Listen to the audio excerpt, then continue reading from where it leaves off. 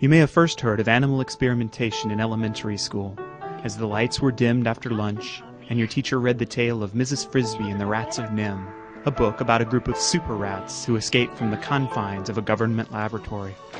We were captured, put in cages, and sent to a place called Nim. There were many animals there, in cages. They were put through the most unspeakable tortures to satisfy some scientific curiosity. Or maybe it was the space chimp saved by Matthew Broderick in Project X. Or Reese Witherspoon's March on Washington in Legally Blonde 2. Oh my God. It's always made a good story. Animals escaping cruel experimenters to live out their lives with loving movie stars. Reality for animals in labs doesn't end so well.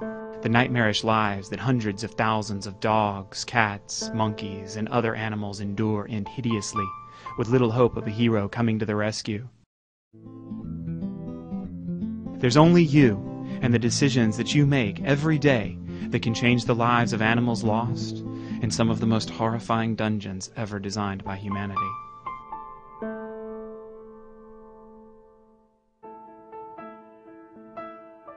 I remember the very first time I saw inside a cosmetics household product testing lab. There was a little gap in the bottom of one of these large windowless sheds, and I lay down on my back and I looked underneath, and what I could see through the crack in between the door and the ground were just rows and rows and rows of cages, stainless steel cages.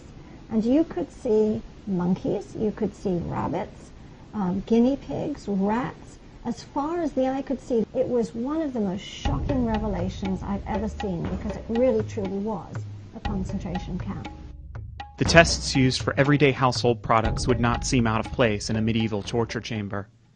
There's the Drey's eye irritancy test, which involves dripping substances into the eyes of rabbits to measure, quote, progressive deterioration. Or the lethal dose test, in which substances such as oven cleaner or nail polish are pumped through tubes into the stomachs and lungs of animals until a percentage of them die.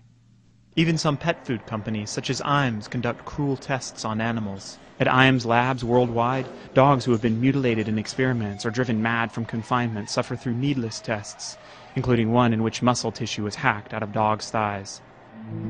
The tragedy of each of these painful tests is that there are non-animal tests available.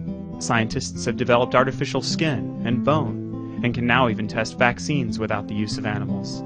As Gordon Baxter, co-founder of Pharmagene Laboratories, a company that uses only human tissues and computers to develop and test drugs, says, if you have information on human genes, what's the point of going back to animals? Deep inside Columbia University, past the law school where Franklin Delano Roosevelt studied and the former classrooms of investment guru Warren Buffett, there's a primate lab that would seem right at home in a Stephen King novel. In a steel cage in this lab lives a monkey named 88N182. She has languished there since 1994. A heavy pipe was recently implanted in her skull for the sole purpose of inducing stress so that the experimenter could then study the connection between stress and the menstrual cycle. Down the hall lived Handsome, a baboon scarred and tattooed following a hideous experimental surgery. In a room nearby are pregnant baboons wearing metal backpacks that pump nicotine and morphine into their bodies and the bodies of their fetuses. A continent away, in Jerusalem, lives Malish, an inmate of Hebrew University, whose skull was cut in half while he was still conscious in order to insert electrodes into his brain to test his visual memory. During the experiment on Malish, one of the experimenters was quoted as saying, "We did all kinds of nonsense, simply so we can do something."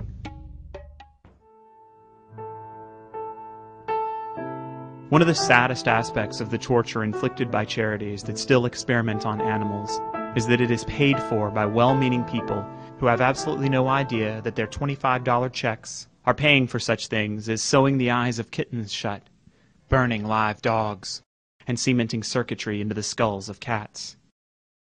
The kitten seen in this footage was born in Boys Town National Research Hospital. Her skull was open, nerves to her ears were cut, and she was placed screaming back into a cage with her mother, who could do nothing to help her.